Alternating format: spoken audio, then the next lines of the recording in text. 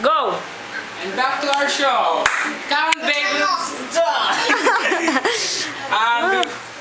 After the boil, and add some Seasoning.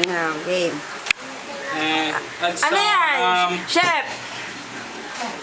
salt. Wag ho siya masyadong madami kasi nakakamatay ito eh. Sige po. Game. And after the salt, add some pepper. Pepper. Hindi siya masyado madami ha. Baka masyado, nakakabahin po kasi ito eh.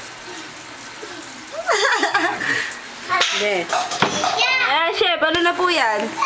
And after, lagay na po natin yung kakanggata. Kakanggata. Kakanggata. Yeah. Papaanihin lang po natin siya ng konti.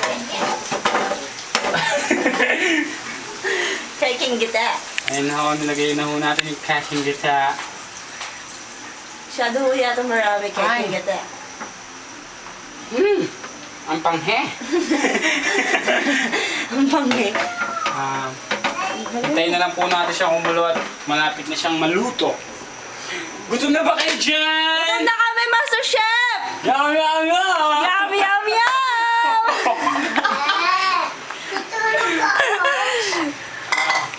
Hintayin lang po natin siya mag-boil. And Okay. then lagay po natin yung sili. Sile. Lagyan nyo na, Chef. Pagkatapos po ilalagay na po natin yung Korean Ajinomoto. Yay! Imported. Imported po yan. Galing pong Kapampangan. Kapampangan. Ay, naku po. Tsura. Tsura Ang lang. panghe. Ayos na, ayos na. Hindi mo pa nilalagay sili. Lalagay na po natin yung Last seasoning.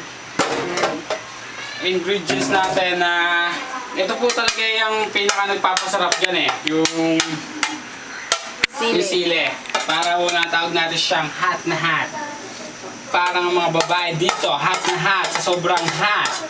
Mahat pa sa sili.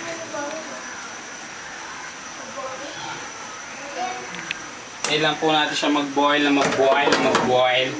Hanggang sa makakuha na po siya ng boys. Pick up line yun na. Ayos na po. Mamaya po hintayin lang po natin siya. After 1 minute, Luto na. luto na po yan. Matitikman nyo na po yan. Sige po. Stand by.